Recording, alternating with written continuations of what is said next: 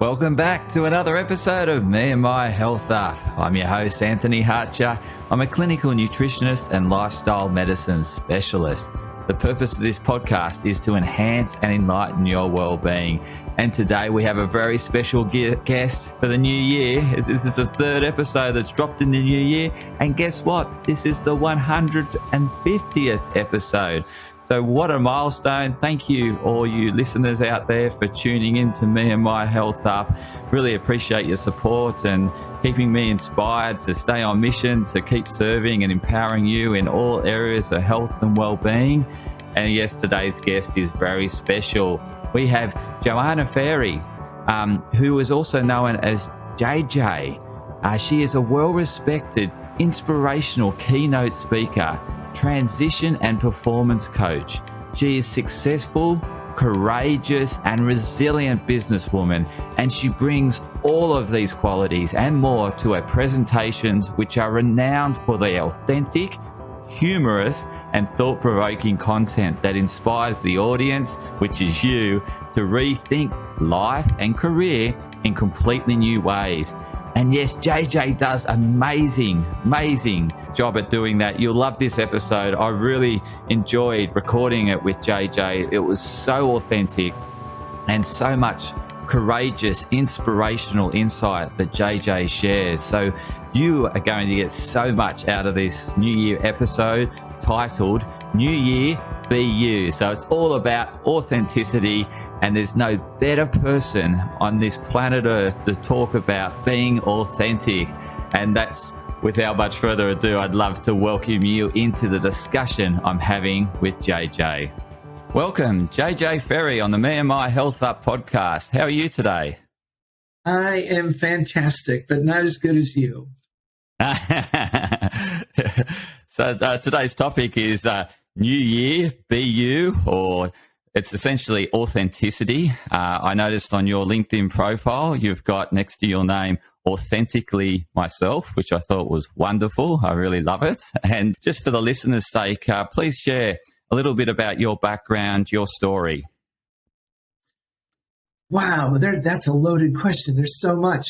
So JJ Ferrari, my name is actually Joanna, and I'll tell you what JJ means in a minute. So I lived 53 years male, and at the age of 53, I followed through on my knowingness, which is what I call it, and transitioned my gender, which is the way that I actually refer to it, because to me, it's a process that I had to go through so that I could live a female life. And I've got the most incredible female life, and I love it so much, right? So I own a couple of businesses. So I own Dance Monkey Design, which is a website company. I own Dance Monkey Training, which is a company where I teach marketing and sales and actually do consulting for business. And then we've got Dance Monkey Marketing, which is the third business, and that's where we actually do all the marketing for our different clientele. So if you can't tell, I'm somebody who loves business, right? I love doing business. I love sales. I love marketing. Well, you would know that because that's how we met. Absolutely. Yeah. And I was very drawn into your presentation. It was very much, I could see you were being you, and that's what I was connected with. And your message was so succinct and clear. And sales to me, like, when I think about the root or the success behind sales is really the salesperson being them and being I'm not trying to put on a mask or a persona. They're essentially, if they're authentically themselves and they're, putting the client's interest at heart as number one, then that really builds that trust. Have you got anything to share around that? You really hit the nail on the head with that, because a lot of people think that it's ingenuity that actually helps to improve sales, but it's actually just part of that word, which is the biggest part of the word, which is genuine. And when you are actually genuine, you are more in the flow. You're more connected to things around you, to people, and you don't have to sell at that point. What you're really doing is having a great conversation that ends in an action, right? And if more people understood that, they would understand that most people are actually pretty good at selling when they have a passion. And so if you take passion and you take your genuineness about what you are selling or marketing, you actually get much better results. So that's a good place to start. Yeah, and I sort of got distracted with where you were going with your conversation, but essentially you wanted to share about where JJ comes from, and I'd love the listeners to hear that story. So JJ is actually, it stands for John and Joanna. So my name in my male life was John, and my name now is Joanna. But JJ reminds me to bring all of myself to everything I do in every situation. It was part of my normalization program or pattern for getting back into my life instead of actually pulling away from my life and trying to live this new facade that I had tried to put on. And so I was losing myself in all of it, Anthony. I was like lost in, do I keep John? Do I have to become this whole new person? And you start doing really strange things because no matter when or what we're trying to do that's new in our life, we have a tendency to go into hyper, right? And so I went very hyper female, right? My lipstick got smudged. I was reapplying it, right? I was wearing wigs all the time. I've always had to be wearing dresses. So you go very hyper feminine when you're first going through it. And a lot of people have a tendency to get stuck over there. So JJ was my way of getting back into life, back into the world, and going, wait a minute, this is not what I signed up for, right? What I wanted to do was live my female life, but I didn't want to lose everything else. I didn't want to lose doing business. I didn't want to lose family and friends. I didn't want to lose the ability to be myself. And so JJ reminds me to be myself, and it changed my world because all of a sudden, all the people who ran away, I mean, literally ran away like roaches when you turn on the light, when I first started going through my transition, the right ones actually came back into my life. My family is all back around me. Some of my very best friends who knew me for years and years are now back in my life because I normalized, right? I was living authentically. And JJ helps to remind me of that every single day. It's fantastic. And essentially the connection, we had in that sales presentation that you gave was I was truly connected with who you are and you being so comfortable with being you. And that really drew me into the whole presentation. I was so engaged for that whole presentation and it was amazing. I learned so much and really felt I developed a deep connection, yet we hadn't really had eye contact because I was at the back of the webinar behind a wall or something. But just through your words and seeing you perform and being so comfortable on stage was just really took me into the presentation and kept me so present. So it was certainly that authenticity just exuberates from you. Hence why I asked you on the Me&my Health Up podcast, because I really think like what concerns me is, when the new year begins, people then think, they've got to become someone else. They're unhappy with last year. It's me. I've got to change and put on a new mask or a new persona. And that's not the right way to go. It's essentially just being who they are and being comfortable with who they are and allow the world. That's a good point. That's a really good point. But you have to think about something. So most people think that, they think that there's this war going on between their outer life and their inner life. But there's no war. There's no war going on. Because if there was truly a war, most people's inside self, who they really are, would lose. Because they don't actually strengthen, they don't actually work on, they don't actually even know themselves in most cases. Most people walk around like a sponge. And we're absorbing the external world, right? The problems going on there, the challenges that people have, the things that people say, what media is showing us, right? And we absorb all of that, and that starts to bury this inner self that we have. And most people don't realize their true potential, their true strength. They don't live authentically, right? Because they haven't bolstered that confidence, that courage. They haven't worked on that inner self. They don't listen, so they don't know their own intuitions even. So I'll give you a clear example. So when people say, how did you know that you needed to transition your gender? I didn't. It knew me, right? It was this knowingness that actually knew me. And I kept avoiding it and pushing it off and not listening to it and doing, as many male things as I could do, right? Becoming alpha in everything that I did. And when I finally stopped and started really working on myself, because there's a difference between self-growth and personal development, okay? And we can unpack that a little bit if you like. But there's such a big difference. Self-growth means I want to work on me, and I'm going to start to listen in, and I'm going to figure out who's talking. Do I hear my mom? Do I hear my dad? Do I hear my grandparents? Do I hear teachers from my past? Where is those current voices going on in me? And what does my actual voice sound like? Have you ever asked yourself that? What does my real voice sound like? And so when you start to listen in to try and find your true voice, that's when you start to have self-growth, right? Because everybody's looking for courage. Everybody wants more confidence. Everybody wants to overcome their fears. But you can't do any of that until you really start to find that truth of your voice.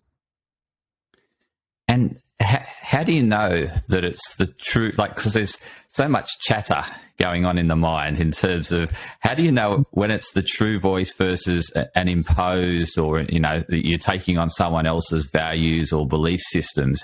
How do you know it's actually your voice? Well, here's the thing. You're always going to take on other people's values. You're always going to take on other people's ideas, right? There's nothing really original. There's a lot of synthetic creativity and imagination that happens even around beliefs and values and ideals. But when you are passionate about something, your inner voice is talking to you in its normal way. When you're angry about something, when you get to heightened emotions, period, you will hear your true voice, right? Now, at first, if you go angry, if it's like a constant anger, right, it's probably not your voice. That's probably associated to someone who you knew who had those values and beliefs, and you love them or trusted them so much that you are acting those out. And that's very, very common. But when you get angry about something that's been done to someone else, which is really common, people get more upset about things that happen to other people than they do about things that happen to themselves. Or you get really passionate about something. In those places, you can hear your voice. The other place that you can actually start to find it, most people hate this, they don't want to know about this, right? La, la, la, la, la, is in meditation, right? In meditation, a lot of those other voices, as you start to work on meditation, start to move away because they get bored, right? And that's really what you're trying to do, is get those extraneous voices bored so that you can start to hear yourself. And the most interesting thing that I can tell you about that is it doesn't sound like your brain. Your voice sounds a lot more like your heart and a lot more like your intuition, right? And that's when you start to really know yourself. And that's when you can countermand a lot of what actually happens around you in your external space and really start to be more authentic. Does that help? Absolutely. It actually reminded me of a bit of my backstory.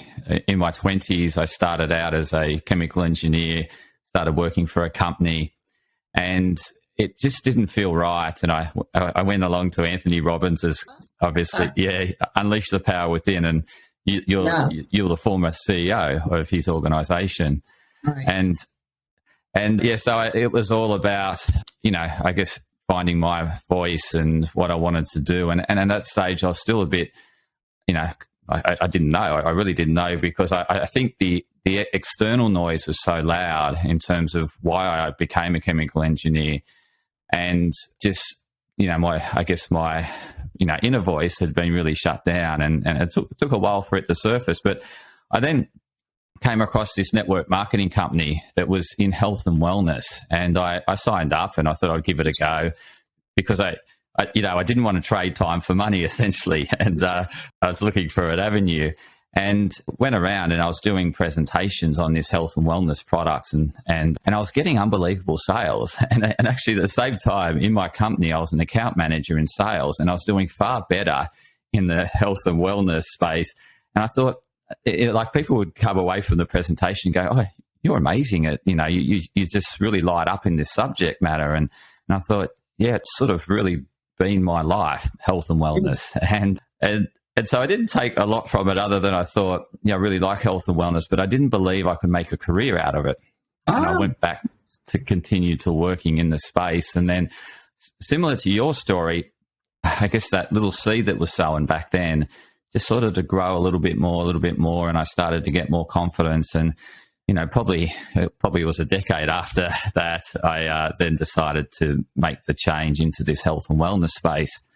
Yeah. But yeah, it was essentially allowing that seed to grow and grow, and now I'm in a space that I truly love, and it resonates with me, and I feel at home. Well, two things. One, you say that we didn't connect at the event when I was actually speaking, but I know exactly where you were sitting, right? So you were sitting about 4 or 5 people back, and you were sitting off to my right-hand side. But here's the thing.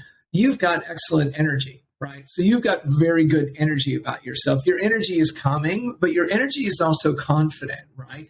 So you're a bit of an introvert, but you're also really good at talking to people. Why? Because if you believe in something, and you hit the nail on the head, if you believe in something, all of a sudden you're exuding more confidence, right? And the thing is, people go, well, I don't have confidence. But confidence, there isn't one thing called confidence. There's multiple things. There's about 8 major confidences that you have to develop, right, in your life. And 3 are absolutely musts for life. So one would be communication confidence. The second one would be financial confidence, right? Not how to just make money, but what to do with money. And the third is relationship confidence. Those 3 confidences, you can actually turn it up or turn it down, and you can tell what a person is going to be able to do in their life, right? So it's really interesting. But then you've got body confidence. You've got mental confidence, right? How someone is willing to trust that thinking. But you also said something that I think, is interesting for your audience, and that is your confidence grew, but what you didn't say is my skills grew, right? The accolades that I was getting grew, right? The financial rewards came along with growing that. And I'll bet you that voice inside started to get stronger. I bet you started recognizing it like this, right? Because it's all of a sudden it starts to cut through all the rest of the old voices. It starts to tell a lot of the other voices in your head, hey, shut up, I'm busy here, So it's just kind of fun. I really liked how you said, the confidence is in those different areas, such as communication, relationships, finances. What are some of the tips you can give people for the new year in terms of how to grow a particular area of confidence that they may feel that's lacking, or they feel a bit disempowered with? How can they go about empowering themselves? Okay. So very quickly, when I start working with any of my coaching clients, or if I'm actually teaching self-growth, the first thing that you have to do is get someone to understand where they want to go. Because here's what most people do with a year, right? I go through the entire year, I get to the end of the year, I go on a big celebration, I take that year, I flip it over, and I start living last year again under a guise called the new year, okay? The months, I act like the months are the same, the weeks are the same. I probably take the same holidays, right? I do everything exactly the same. So, why not just call the new year last year? I mean, it doesn't really make any difference, right?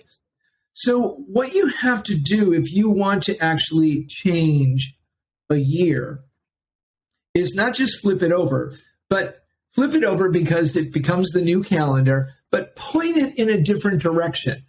Point the whole year in a different direction. Don't let the calendar just keep going this way. Turn it this way or turn it this way. Point it in a direction that you want it to go. So how do you do that? You have to learn about what you really want. And people go, oh no, here comes the goal setting session. No, it's not really, because I would never ask people what their goal is, because everybody wants something. They just don't know what it is, right? Not at a level that they would be willing to commit to. And that's very, very different. And also not at the level that they'd be willing to develop some courage about. So there's an exercise that I give people to do. Actually, I can show you very quickly. Let's see if I can find it. So in the first 30 days, this is what I have people do. Can you see that? So I have them make a list of 1 to 10. And what I have them do is draw a line under 3.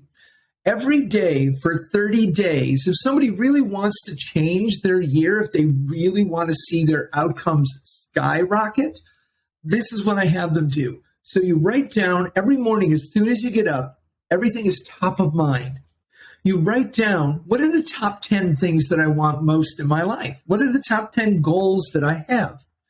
And the next day that you get up and you go to write them down, you don't get to look at the page before. You now write them again, okay? What happens is really, really interesting. By the end of 30 days, your clarity on what you want is so absolute, so something that you'll commit to, something that you don't even need to develop more courage. You're like, get out of my way. I want to go get this. Because of the fact that you've actually cleared a lot of old goals and old ideas of what you might want. So it becomes a way to not end up in that resolution solution type of a situation where at the beginning of every year, I set a brand new goal, right? But 2.5 weeks later, I can't remember what it was, right? So this way, instead of actually jumping in, writing something down, and then, failing at it, because goals teach us to fail, right? Unfortunately. But when you do this, you actually find out what you really and truly want, because you keep saying to your brain every day, what is it? What is it? What is it? And then I teach people to do this here. So this is notes. So what happens is when you start to write down those goals, some of them are going to go like, oh, and you're going to have one of those aha moments. And what you do is you write down some notes of clarity, right? So like if I said, I want a new car, and I don't really know what kind of car I want. I just want to get a new car, right? Because my old one's broken down or something like that. All of a sudden I start having an image come into my mind about, oh, I want a blue car. Oh, no, it's red. I want a red car. And I write that down as a note, right? What happens? Now your heart's taking over, and it's actually projecting images of what you would really want. So here's the third part, and there's only 3 parts. The third part is that you walk around and you look at and observe your world daily, okay? So if you were writing down goals every day, this takes 10 minutes. You write down your goals. Any notes that come into mind about any of the goals, you write them down. Notes are also going, those are important, right? Because you don't get notes about everything. And then the third thing is, if you walked around all day looking for clues as to what your goals are, you're going to find that some of the most important things actually start to show up. And people think it's voodoo. People think it's this magic woo-woo thing, but it's not. It's the fact that, you're a chemical engineer, so you understand we are 100% energy, right? And a lot of chemicals got together to create this solid formation that allows us to have an experience in the world called human, right? But when you start to understand that there's this energy and attraction around you, and that we can actually create that, you start to do things like this with a very different sense of not just optimism, right, but optimized thinking, right? And if you don't believe in this, I have a very quick exercise for you. Every morning, instead of writing down your goals, I want you to get up and say, people hate me, I suck, I'm sick, my health is terrible, right? I want you to say that I'm broke. I want you to say those things for only 5 minutes a day, and I can guarantee you most people will never take me up on doing that exercise because they're afraid of what could happen, right? So if you're that afraid of what could happen by saying those negative things, what if you could turn it around and feel the positive beliefs from actually saying the positive things? At the very least, it can't hurt. Right? So that is the way that I typically start someone down a path of getting more self-growth. And believe it or not, you can get healthy from doing that, right? Because the mind and the body, as you know, are so well connected. And when you light up the brain with great ideas, it goes down through your spinal column, through your nervous system, and then you actually feel excited. And here's what I would say to your audience. When's the last time you felt energized and charged about a goal that you wanted to achieve? Most people would be like, I've never felt that, right?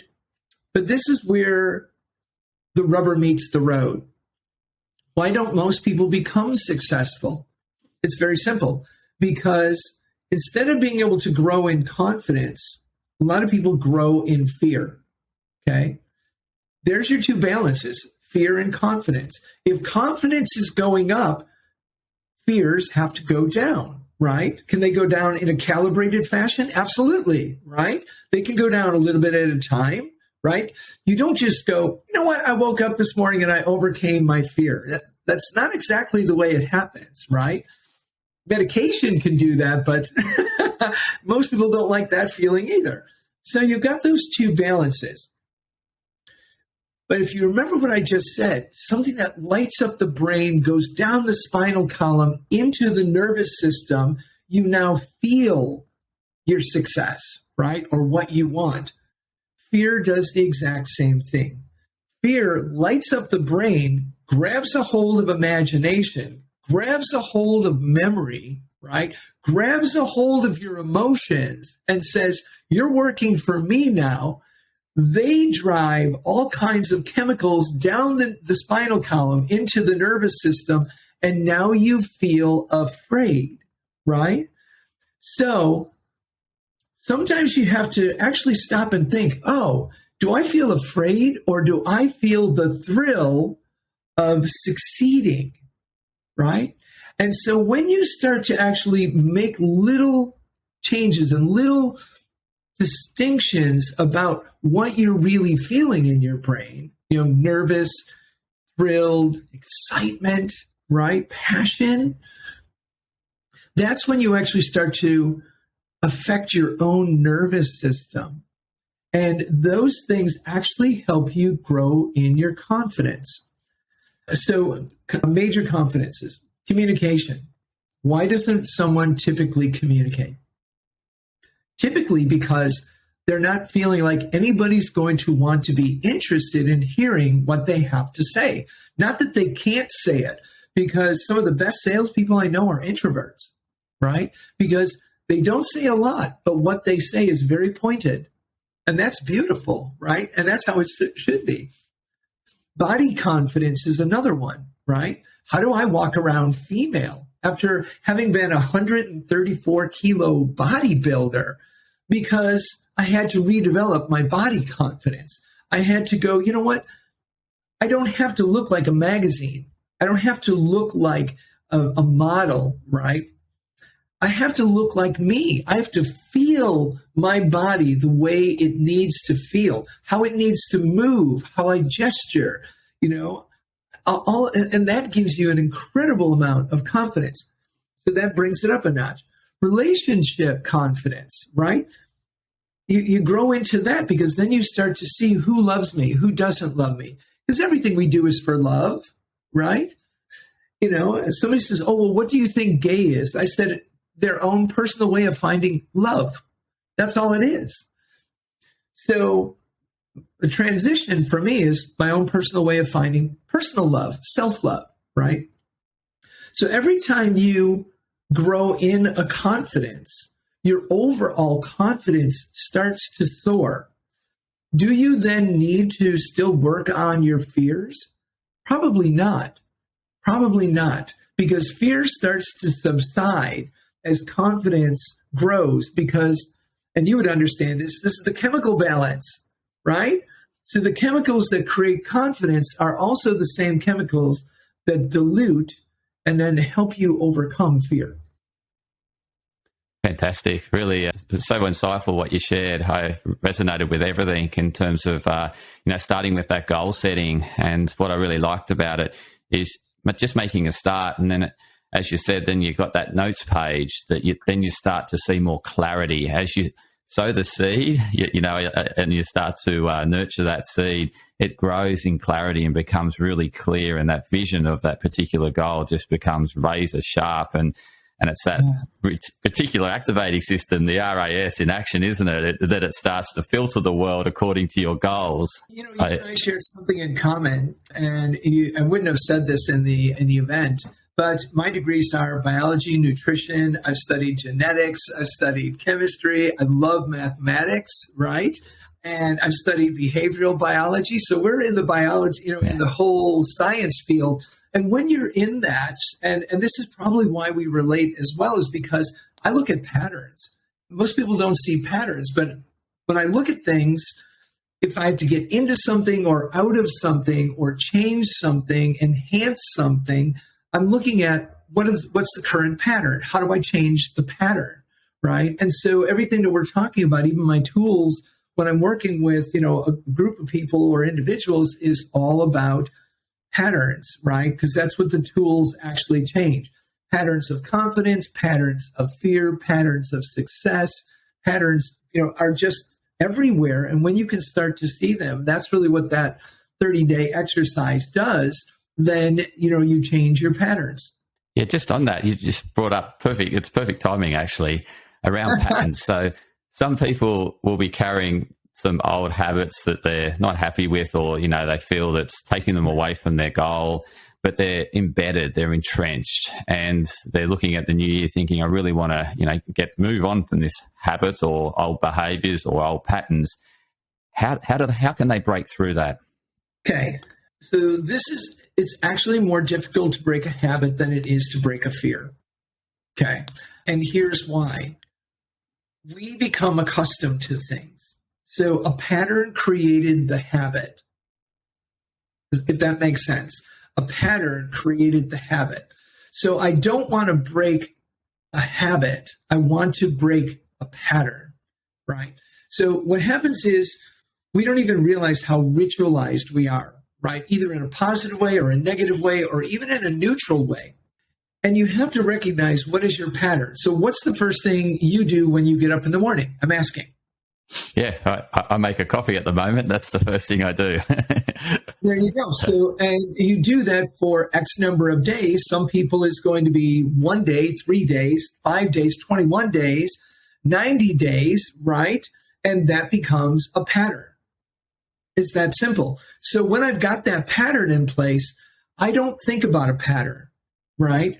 But when I start to not like that pattern, I say, oh, I need to break a habit. And that's not the truth. What I need to do is I need to actually break that pattern. How do you do it? It doesn't matter if you've been going for 6 years, 10 years, 30 years, a lifetime. What you have to do is interrupt that pattern, okay? And a lot of people will replace a pattern with a pattern, and all that does is sidetrack it, right? And what happens is when you sidetrack a pattern, you probably don't like the new sidetrack pattern as much as you liked your original pattern. And that is why we end up going back to it. That's why we end up having yo-yo dieting. That's why we end up going back to smoking, right? That's why we end up going back and back and back. That's why we go back to old relationships. That's how deep it can actually go. So you've got to find a way to truly interrupt that pattern. Some people will use hypnosis. Some people will go to Anthony Robbins, right, to the events and find the pattern interruption system there. He calls it the Dickens pattern, by the way, for your listeners. And the Dickens pattern is actually an interruption. And what it does is it takes you out and it creates the most immense amount of pain that you could imagine around holding on to that pattern. And when you actually create pain, I mean, an immense amount, like to the point where you're like, I can't stand this. I have to change that, right? Not, oh, golly, wouldn't it be nice to change? Very different, right? But when I get to that immense amount of, I don't change, I'm going to die. If I don't change, my world is going to end, right? Collapse. And does it have to really be? No. But if you believe that, it can be that painful. And so you have to get to an immense amount in your own mind. It doesn't have to happen in reality. In your own mind, you've got to know that you have got to make that change. It's a must. And when you actually have that, you can actually put that pain up against even the old habit, and you go, man, I cannot go back to that. So it's really about breaking that pattern and not the habit. The habit goes away when the pattern gets broke. Gosh, we could talk about that a lot because that's like a 45-minute conversation or more. That's just to understand it. But then when you have to break it. But here's what I would say. If you know you have a habit that's detrimental to you, all you really need to do is take it out. If you actually spent next year, since we're talking about the beginning of the year here, if you spent the next year doing the exact same habit, what is going to be the complications that you created? If it's a health issue, are you even going to be alive at the end of the year? And I know that sounds awful, but are you even going to be alive? Are you going to be in a wheelchair? Are you going to have to take more medication, right? What's going to happen to your ability to think, your ability to communicate, your ability to have relationships if you actually kept going in decline? When you can actually understand that, then the pattern is interrupted. And what you can then do is reverse it, okay? So what if I replace that with this new habit? I replace smoking or eating with going for walks or with reading or with, hanging out with friends or with whatever is going to be something that you can actually see that would actually take you to a new level. Now, I'm not talking about straight up, because every time somebody goes to a seminar or hears things like this, they think, oh, I'm an overnight millionaire. Oh, I'm an overnight, model. That's not the way it works. You have to go to a level that's best for you. And that's really what it means. So could it take you 3 years to hit your goal or break a pattern? It could, but you can stay on an incline versus going back into a decline. And that leads perfectly into my next question. Is so that the listeners have started their year, they're doing the exercise that you shared, and I'm thinking the inevitable happens. There's some external factor or life event happens, and it supposedly gets in the way. It's like a roadblock, what we call a roadblock. What are your tips in terms of helping the listener to navigate around, over, under, through that roadblock? Yeah. So there's 4 C's that actually work together very well. So the first one is consciousness, right? Becoming conscious of your internal world and your external world. The next one is to develop the courage to be able to do something different, right? You have to have courage to do that, courage to overcome fear, right? And when you actually start to work on that, when you feel your heart centers actually start to come alive, and not focusing only on the brain. The next one, as we talked about, is your confidences, right? You have to develop those confidences. But the fourth one, because you're talking about when you're overcoming barriers, right? And when things come up in your world. And the last one is creativity. Okay. And why creativity? You'd be like, you mean sit down and do a painting? No, that's not what I mean. What I mean is creativity is such a powerful essence. It's such a powerful instinct. And what it does is creativity is connected to our intuitions, right? It's connecting our gut feelings to our heart feelings to our head. And if you look at it, that's kind of like a stoplight, right? You've got red, you've got yellow, you've got green. And if you actually go to your gut and saw a color instead of asking it for words, you would get the words. So I always look to see, do I have green? Do I have a yellow light? Or have I got a bright red, going on in my gut? Same thing for my heart. I want to know what's lighting up there. What's the color that I'm feeling about what I'm actually facing or approaching. And the last thing that I listen to is my head, because your head has a tendency to overthink and overthink and overthink and overthink, right? And it thinks it's being creative and giving you solutions, but it's really the mechanism that creates the most complexity for us, right? So when you're talking about creativity, you're finding creative solutions. You become more of a problem solver. Creativity is what we use to be able to make great decisions, right? Creativity and being able to visualize things is how, if you look at the master chess players in the world, right, they are able to see that chessboard move all over the place. I don't know if you saw the Queen's Gambit. I don't know if you saw that miniseries, but it's absolutely beautiful because you see her laying there and visualizing the entire chessboard moving and what she's going to do. If this happens and I get blocked here, how do I play that? If this happens, what happens? And so what it starts to teach you is to make better and better and better decisions, okay? The only reason why we don't make good decisions is because most people don't believe they have a choice.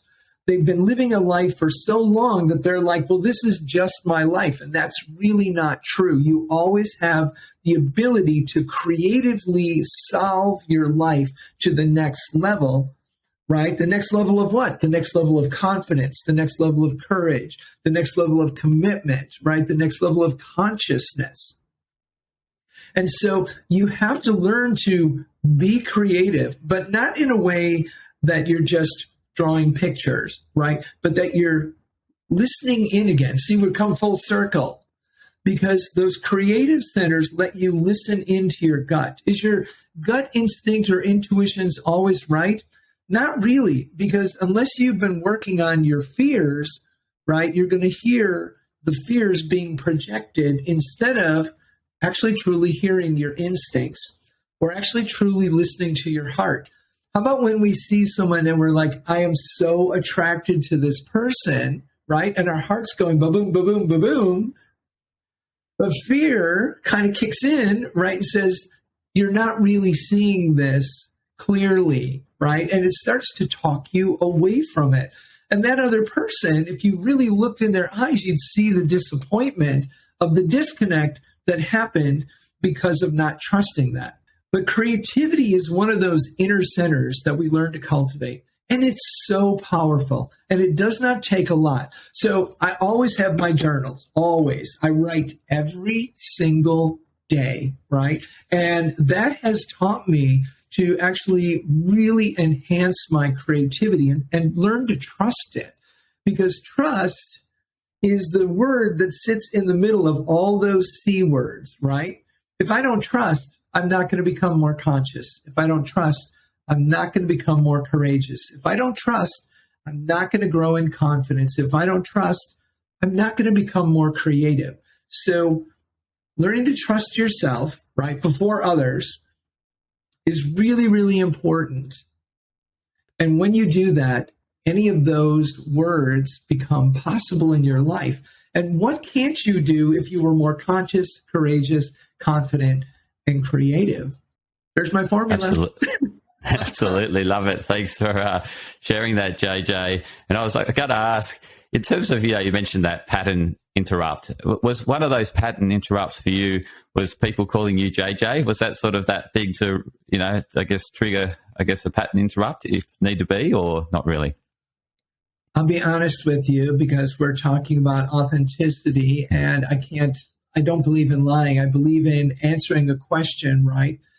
So 2 years into my transition, I lost everything, Anthony. So the world had actually erased my whiteboard of all of my achievements. I've been a CEO 3 times, right, in companies in 3 countries. I'd actually taught 10,000 people, long-term unemployed, how to find jobs in 12 weeks or less. I've worked with 1,800 businesses on actually either training them, consulting, or coaching to them to new levels of success. I had done so many things in my life. And the world, when I was going through the beginning of my transition, just erased my whiteboard. Said, nope, clean slate. Now you've got to start over. People ran from my life when I first went into transition. Even my own family was like, we think you've gone insane. We want to have you committed. No kidding. Exact words. And I got to the point where I got so depressed because I had to come off of hormones because my body rejected it. And I attempted suicide. And when I went through that, I sat for 8.5 hours negotiating with myself. And what I realized sitting in that bathtub was I only wanted one thing. I wanted some area of my life where I could just have a little bit of control. I had no control going on. I didn't know what to trust or believe in anymore. And so I had to do the things that I just got done describing. That is where I found those tools, right? And I made a commitment to myself that if I dared step out of that bathtub and restart my life, that I was going to actually continue to grow. I was going to continue to work on myself. I was going to work on staying conscious, staying honest. And a lot of people don't like how honest I am about things, right? Because it's confronting. But I believe you have to be that honest. And when you start to actually live those ideas, man, that is so powerful, because now you're living from the inside out, and the outside isn't dictating who I am. It doesn't even dictate how I look or how I feel or what I'm willing to do. It all comes then from the inside. You truly become authentic, and you can only become authentic inside out. That is it. And so that was really what started my transformation, right? The transition was about gender, but my transformation was completely about life, and life inside as well as life outside. And that's where the power of all that came from. Wow, truly inspirational story, JJ. And I really loved how you concluded that with living from inside and allowing that to exuberate outside, as opposed to, and that is authenticity. It is. It's not living someone else's life or what's imposed by society or religious values or beliefs. It's truly allowing from within to exuberate out. And I really love those words that you've shared there. JJ, how can the listeners best connect with you? I'm sure they've been absolutely in awe with what you've had to share today. I have been, it's drawn emotions into me, and it's truly inspirational hearing your story. So there's no doubt the listeners would love to be able to connect with you. So how can they best connect with you?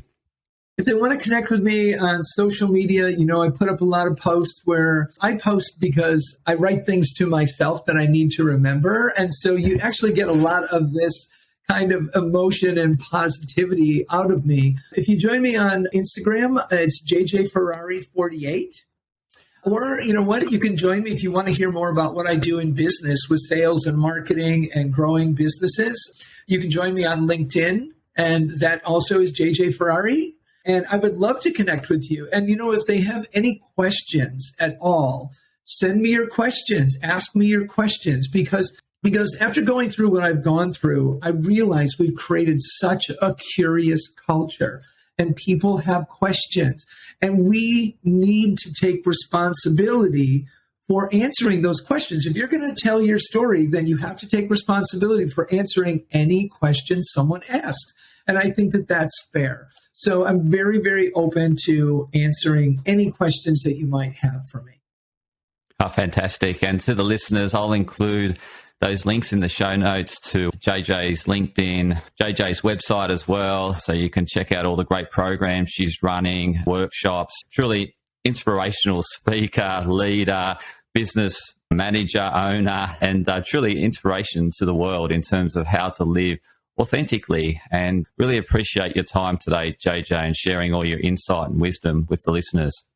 Oh, thank you so much for having me on. It was such a pleasure. It's like I told you, I was really connected to your energy. And so I'm really glad we connected. Let's stay connected, please. Absolutely. Absolutely. We will, JJ. I'm sure I'll have you back on because there's so much more to tap into your knowledge base that I'm sure the listeners would love to hear a part 2 of what we've discussed today. And to the listeners, thank you for tuning in to another insightful episode of Me and My Health Up. If there's anyone out there that you think could benefit from JJ's words today, please share it with them. Please send it out to them. They could really, get some great insight and really help them in 2023. So please share the episode, like the episode, and stay tuned for more insightful episodes. Thank you.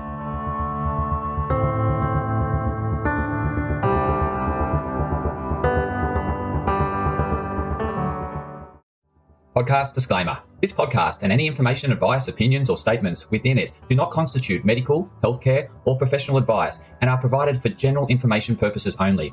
All care is taken in the preparation of the information in this podcast. Connected Wellness Proprietary Limited, operating under the brand me&my Health Up, does not make any representations or give any warranties about its accuracy, reliability, completeness, or suitability for any particular purpose. This podcast and any information, advice, opinions, or statements within it are not to be used as a substitute for professional, medical, psychological, psychiatric, or any other mental health care or healthcare in general. me&my Health Up recommends you seek the advice of a doctor or qualified health provider with any questions you may have regarding a medical condition. Inform your doctor of any changes that you may to your lifestyle and discuss these with your doctor. Do not disregard medical advice or delay visiting a medical professional because of something you hear in this podcast. This podcast has been carefully prepared on the basis of current information. Changes in circumstances after publication may affect the accuracy of this information. To the maximum extent permitted by the law, me&my Health Up disclaims any such representations or warranties to the completeness, accuracy, merchantability, or fitness for purpose of this podcast and will not be liable for any expenses, losses, damages incurred, indirect or consequential damages or costs that may be incurred as a result of the information being inaccurate or incomplete in any way and for any reason. No part of this podcast can be reproduced, redistributed, published, copied, or duplicated in a form without prior permission of me&my Health Up.